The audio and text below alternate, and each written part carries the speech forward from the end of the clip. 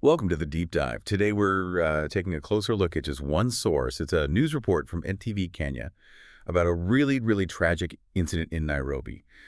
Our aim here, for this deep dive is to pull out the key facts, the human elements, just as they're reported in that one source, so you get a clear sense of what NTV is telling us about this awful event. Exactly. We're sticking strictly to the details in the transcript provided. We'll walk through, the incident itself, who was involved according to the report, and what happened right after, based purely on that source. Okay, so let's get into it. The source really centers on this terrible event, reportedly in Nairobi's Jakaranda estate. Right. The victim identified is 5-year-old Amanda Mudau.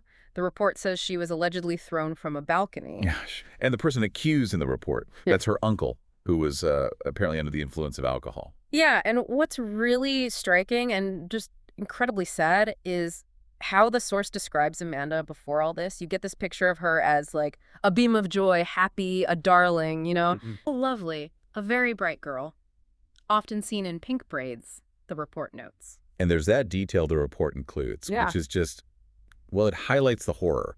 Just hours before, she was apparently seen playing catch. Yeah, playing catch with the very person now accused of ending her life. It's a truly heartbreaking contrast that the source brings out. It really is. Yeah. So, moving to the incident itself, what does the report say happened? How was she found? Well, the report details finding her lifeless body on the concrete outside the home.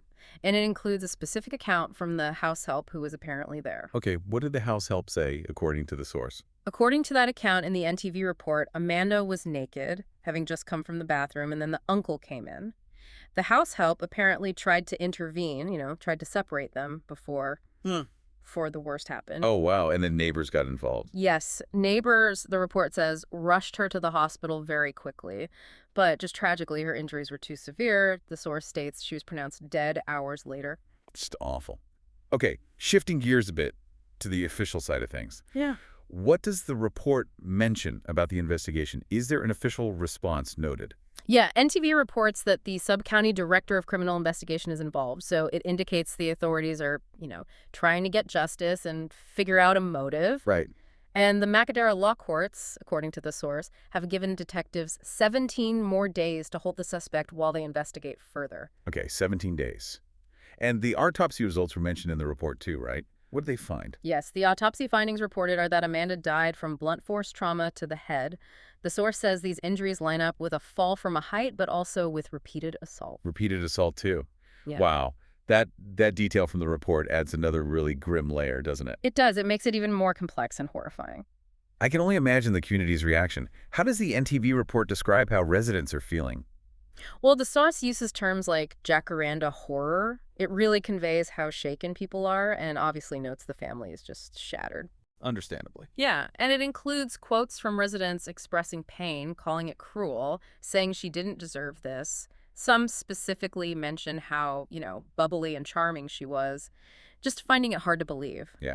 So kind of wrapping up what the source presents, the report finishes by saying that beyond the grief, Amanda's death has seemingly sparked some tough questions there. That's right. Questions within the community, the report suggests, about accountability, about mental health, and crucially, about child safety, even within homes. And the demand for justice is still very present, as per the report. Yes, the report concludes by saying that as her loved ones prepare for the funeral, that call for justice remains strong.